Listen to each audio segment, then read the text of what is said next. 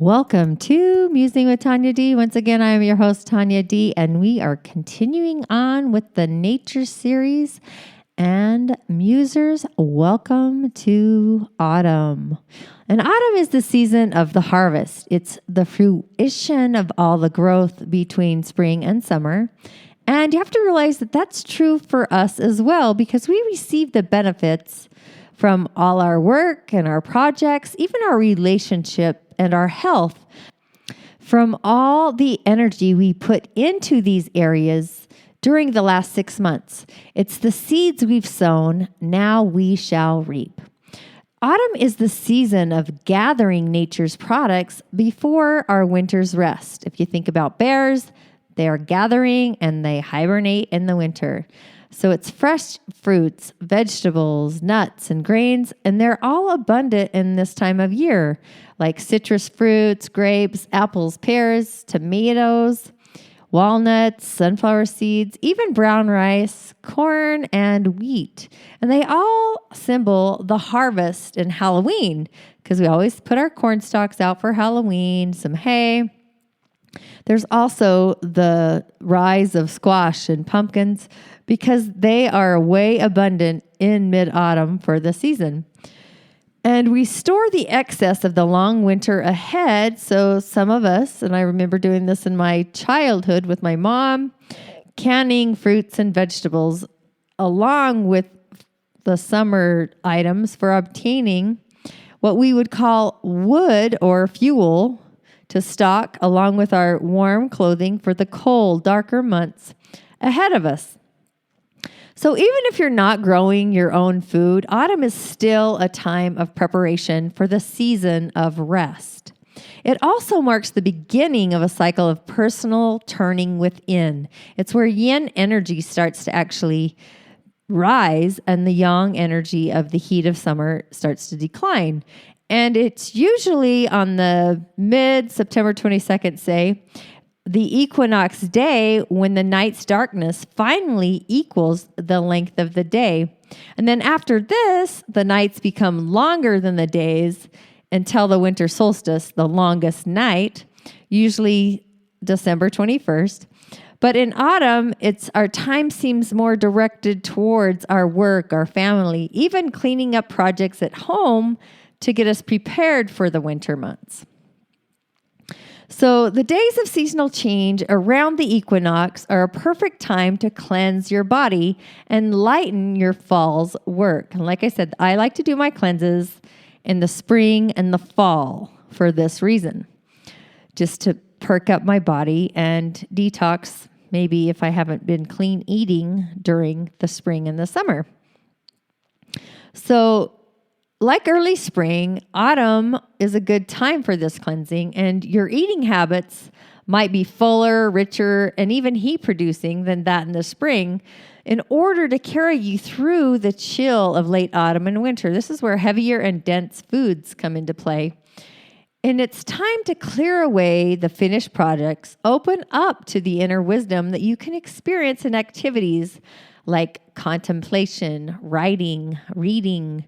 Even nurturing your family is part of your preparation for the depths of winter. And you'll then feel a lot better and potentially difficult transition into the fall season and into winter, because I love the fall, becomes easier. And change, it's a process in our lives and possibly the only truth in the universe. So if you adapt yourself to the changes that come with the seasons, you'll maintain health. But you have to gain control of your internal climate, which is your emotions, and stay protected from the external climates. And maintaining a healthy state depends especially on a balance of outward activities and regular inward directed activities. So creating a daily discipline of inner attention and physical exercise, you can actually create a more open, resilient, and subtle body, a mentally and physically relaxed state, and a stronger resistance to disease.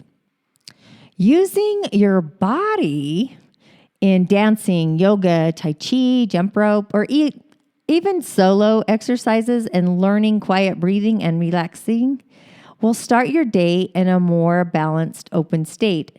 And physical activity and exertion will help you relax more deeply and even sleep more soundly. So in Chinese medicine, or the season of the autumn, it's actually the metal element, and it's associated with the autumn, and it's the minerals and the salts of the earth, and their function in creating structure and communication. So, for example, metal wires establish connection and conduct electricity.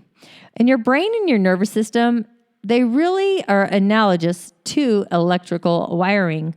And most forms of communication, like the television or our iPhones, our iPads, transportation, the computers, they all depend on the metal element.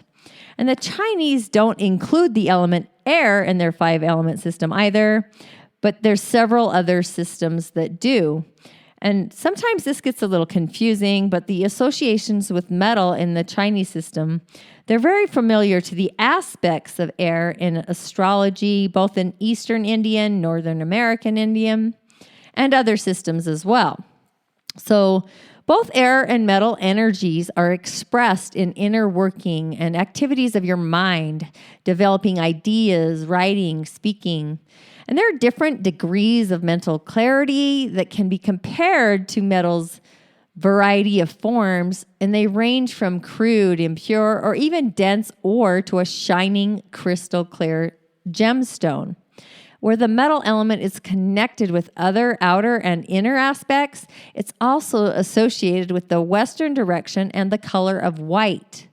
And whiteness in the facial hue can represent a metal imbalance, mainly seen in the skin around the eyes, sometimes in the cheek, even the neck. And it's especially noticeable in someone who has a bad cold, even an acute or a chronic lung problem, or in someone who has recently been experiencing a lot of worry, grief, or sorrow, because those are the emotions that correspond to the metal element.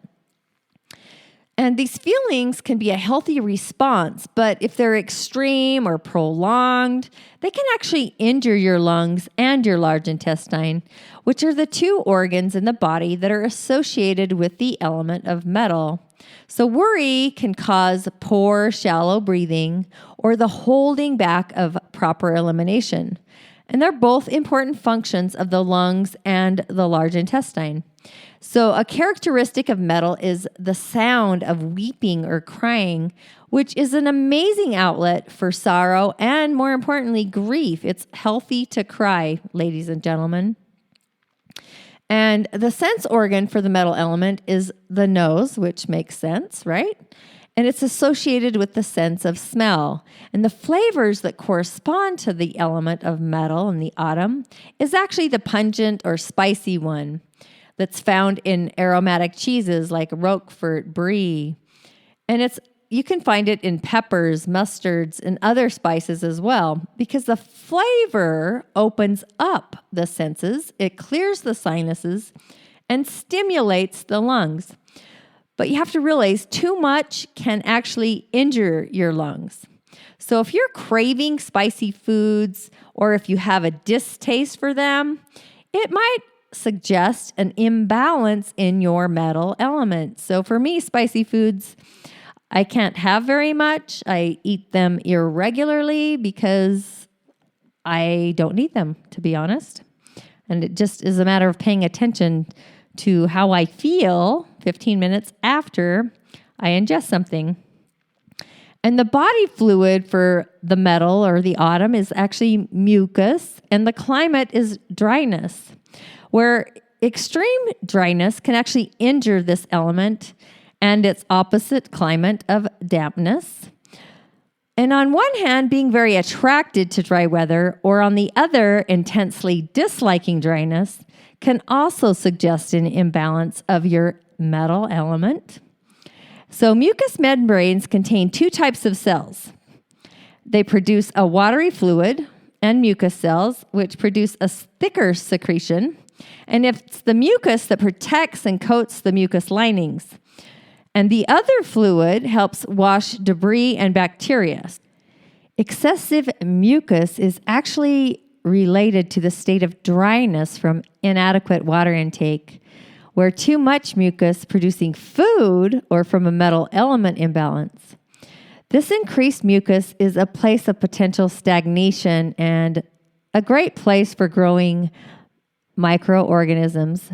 The association of the metal imbalance with a runny nose, sinus congestion, coughs, and of colds, it's very important. It's just a matter of listening to your body and paying attention to what's happening. So when a person whose metal energy is imbalanced and they experience excitement or other changes, he or she will respond through coughing, and coughing expels mucus from the airways and the lungs and can just cause more irritation in an already inflamed respiratory tract. And on a symbolic level, coughing resists and attempts to expel anything not wanted, communications, emotions, or even an unwelcome change. And breathing involves both the intake of new air or energy during inspiration and the elimination of the old, that which is no longer needed, in expiration. So these words, inspire and expire, suggest a living and dying process. And that's what breathing is actually truly about. So from your first breath on arriving into the earth to your last one when you exit, the Buddhists actually see each in-breath as giving new life and each breath out as a little death. So your deepest attitude towards living and dying can affect your breathing process and the health of the metal element in your body.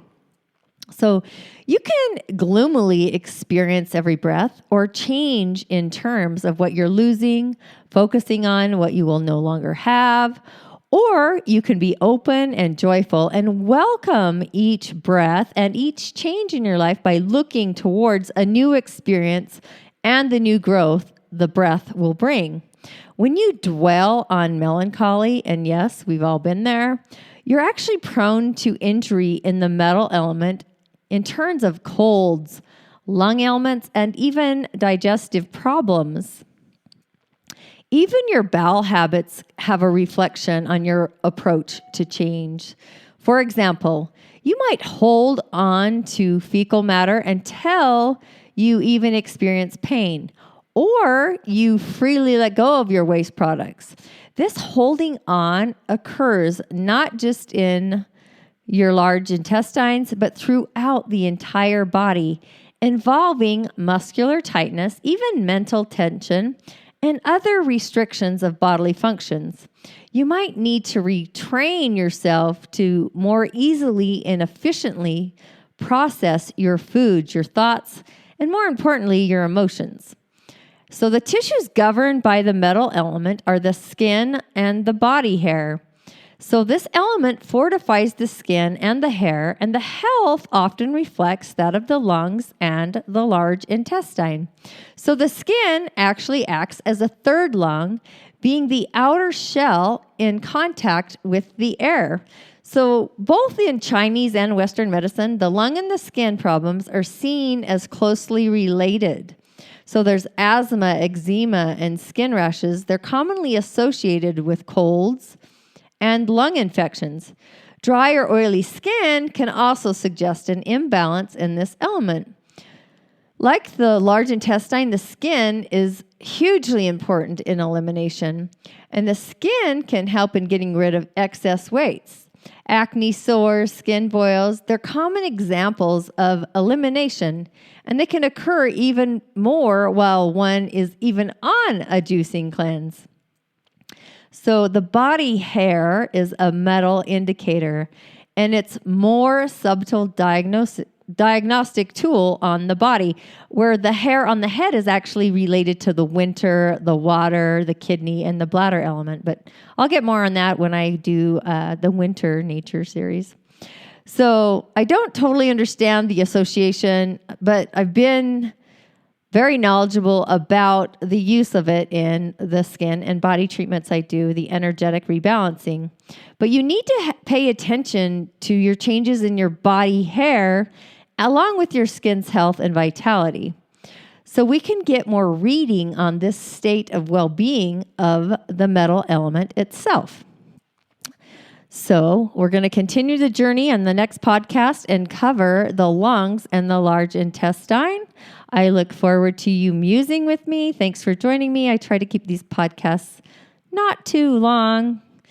But again, thanks for musing. Welcome to the autumn. I will see you in the next podcast. Thanks for sharing, engaging, and liking. And join my weekly musing show. I muse about all kinds of things, all energetic, of course. Have a great day.